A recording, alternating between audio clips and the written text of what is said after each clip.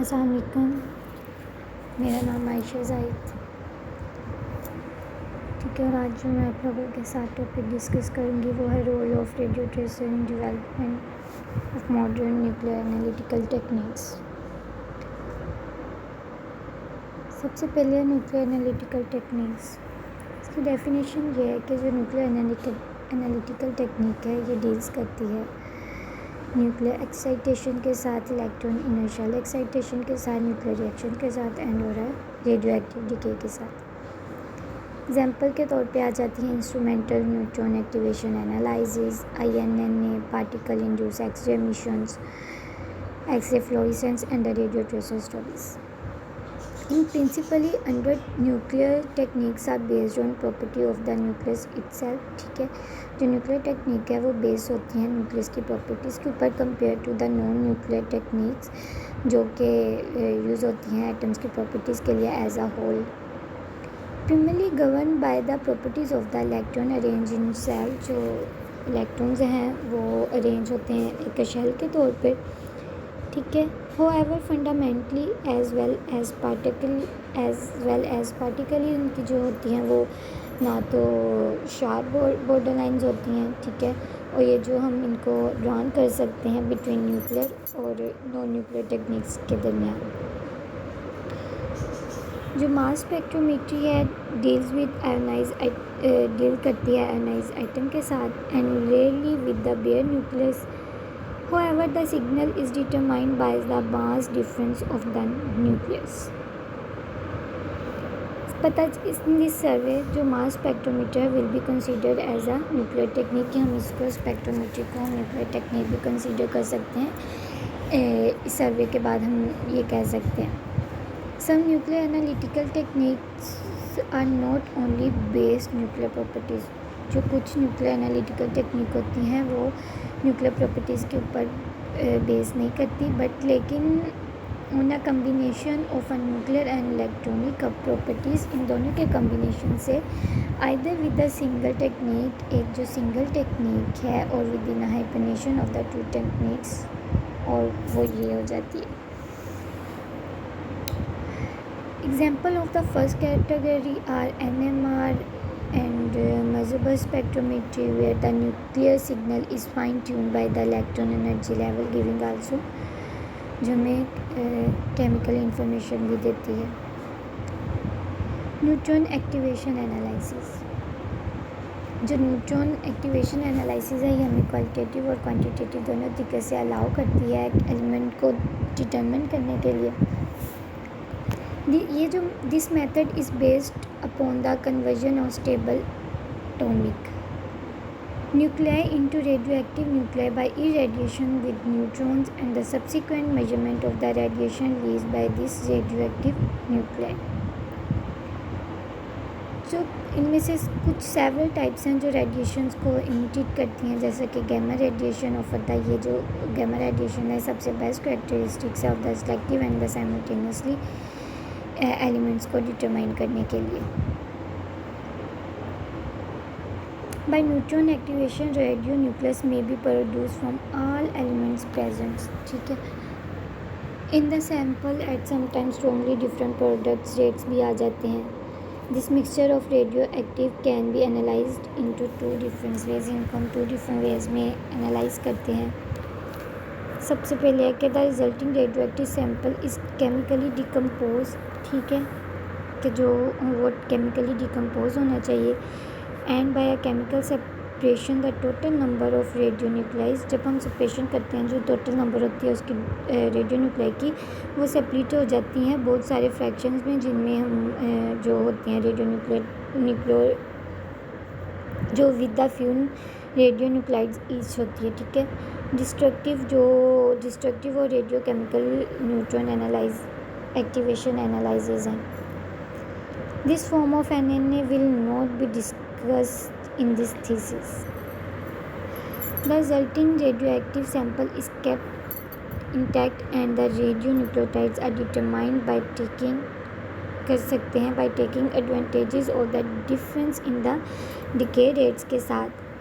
Measurement at different decay interval utilize equipment with the high energy resolution of the gamma rays, जो non destructive और instrumental neutron activation analysis होती हैं। X-ray fluorescence spectrometry. X-ray fluorescence spectrometry जो है ये सबसे oldest nuclear analytical technique है। If a material is being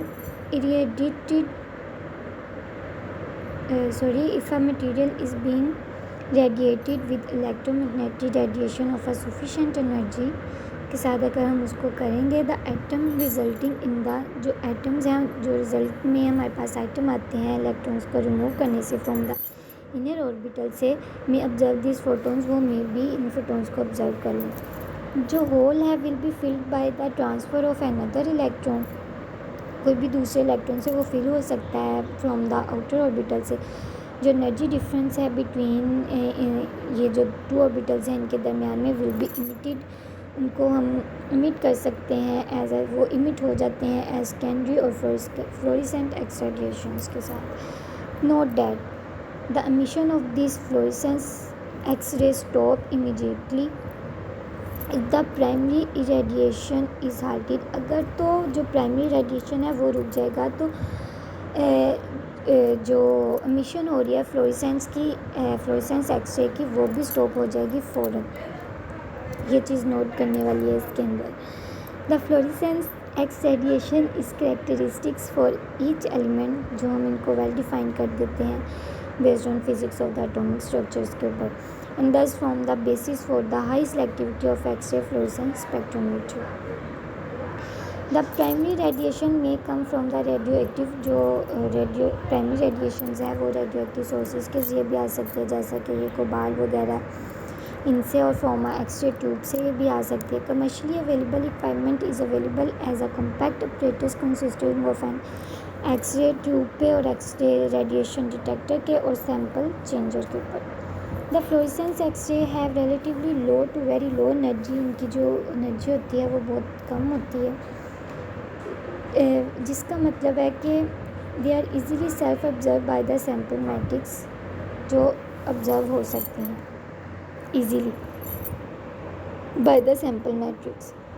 X-ray fluorescence spectrometry is therefore more suitable for very thin or very flat homogeneous samples के लिए ये बहुत ज़्यादा suitable है, और एनालाइज करना किसी भी थिक सैम्पल्स को रिजल्ट इन मोर और less semi quantitative analysis. General के तौर पर XRF is less sensitive as INAA। Radio tracer method. The radio tracer method is a versatile and ये एक बहुत ही वर्सटाइल और पावरफुल टूल है in the study of the wide variety of applications, जो काफ़ी ज़्यादा स्टडी होता है वाइड वैरायटी ऑफ एप्लीकेशंस में, लाइक केमिस्ट्री में, बायोलॉजी में, एग्रीकल्चर में, मेडिसिन में, इन्वायरमेंटल साइंस में, ठीक है, इन मुख्तलिफ टेक्नोलॉजीज़ के अंदर। This technique is simply based of a radio active substances, जो बेस करता है रेडियो एक्टिव सब्सटेंसेस के ऊपर, closely matching the measure of interest. ठीक है, हम लेंगे कोई भी सैंपल, ठीक है ना, जो मैच होता हो जिसमें इंटरेस्ट हो हमें उसके साथ, to the system under study and the subsequent measure, और हम उनको मेजरमेंट करेंगे। ठीक है, example giving as a function of time, pH, temperature, location in space of the emitted radiation. The measurement is common non-invasive जो होती हैं outside the system under stuffing. This non-invasive character is a big advantage of radio tracer. above example giving जिनमें stable isotope tracer आ जाते हैं, commonly applied in like nutritional studies में, since it allows studies of both steady state and a dynamic system in equilibrium situations and for transport and exchange phenomena। और ये हमें information भी provide करती हैं on the chemical और physical status of element के ऊपर, वैन जब वर्किंग विद स्टेबल, जो वर्किंग है स्टेबल हो जाए। आइसोटोप ट्रेसर एज अ सब sample always has to be taken to be inserted in a mass spectrometer, resulting is perturbation of the steady state. A second big advantages जो है वो, इसका जो दूसरा सेकेंड एडवांटेजेस है radio tracer is that it can be applied at a very low concentration. ठीक है, हम इसको काफ़ी लो कंसनट्रेशन के ऊपर भी अप्लाइड कर सकते हैं, जिसका मतलब है कि इन्वायरमेंटल सर्चेज और स्टडी ऑफ इकोसिस्टम के तौर पर experiment can be carried out with the tracer at a physiological normal concentration. The principle of the radio tracer methodology are straightforward and the information unequalize the big advantages। यह इसकी example है। ठीक है, labelling with fluorescence marks in that these marks are much larger on a molecular scale। ठीक है, वो काफ़ी ज़्यादा लार्ज हो जाते हैं and may not be representative for the system under study। The radio tracer method does not imply huge equipment investment but rather require that the four interrelated aspects experimental design, data treatment including आ जाते हैं tracer kinetic analysis and the data interpretation and the carefully considered।